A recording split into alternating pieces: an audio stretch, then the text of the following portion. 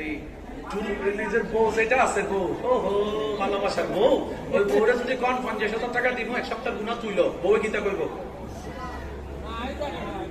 আমার কি কম আসেনি তোরটা লইতে? আর আপনার বদনামকারী ফিরি ফিরি আপনার নামে বদনাম করে আপনার গুণা নিতেছে।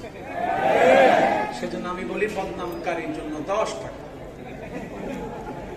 আজকে থেকে শুরু করেন, এই মাহফিল থেকে শুরু করেন। বদনামকারীর জন্য কয় টাকা? ফেসবুকে লিখবেন, যারা আমার বদনাম করেছেন প্রকাশ্যে গোপনে দয়া করে একটা করে বিকাশ নাম্বার দেন, আপনাদের জন্য হাদিয়া প্রস্তুত।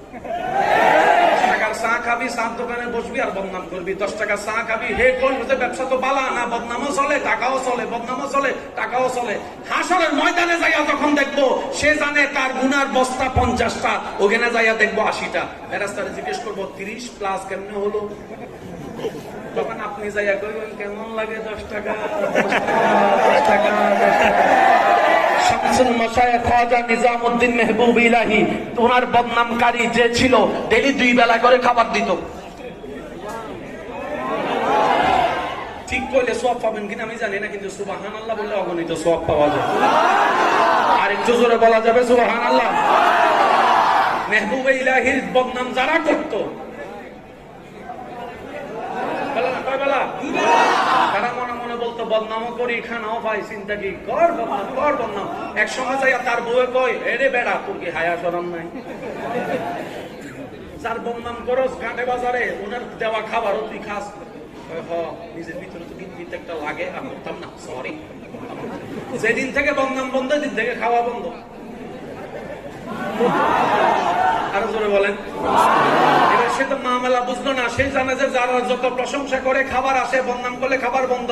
কিন্তু আল্লাহর বন্ধুরা করেছেন, বদনাম করেছে, খাবার দিয়েছে, প্রশংসা করেছে, খাবার বন্ধ। দৌড়ে গেছে মেহবুব ইলাহির দরবারে, হুজুর করছি যতদিন বদনাম, পোলাও রোজ বিরিয়ানি, এখন ঘাটে বাজারে আপনার নামে প্রশংসা করি, 2 টাকা দাও দেন না, ব্যাপার কি? মেহবুব ইলাহি আল্লাহর বন্ধু বলেছেন, তুমি আমার উপকার করেছো, আমি তোমার উপকার করেছি। হুজুর মামলা বুঝলাম না। কয় তুমি বদনাম করে আমার গুনাহ নিছো, আমি তোমার 2 বেলা পোলাও রোজ খাওয়াইছি, পোলাও রোজ খাওয়াইছি, পোলাও রোজ খাওয়াইছি।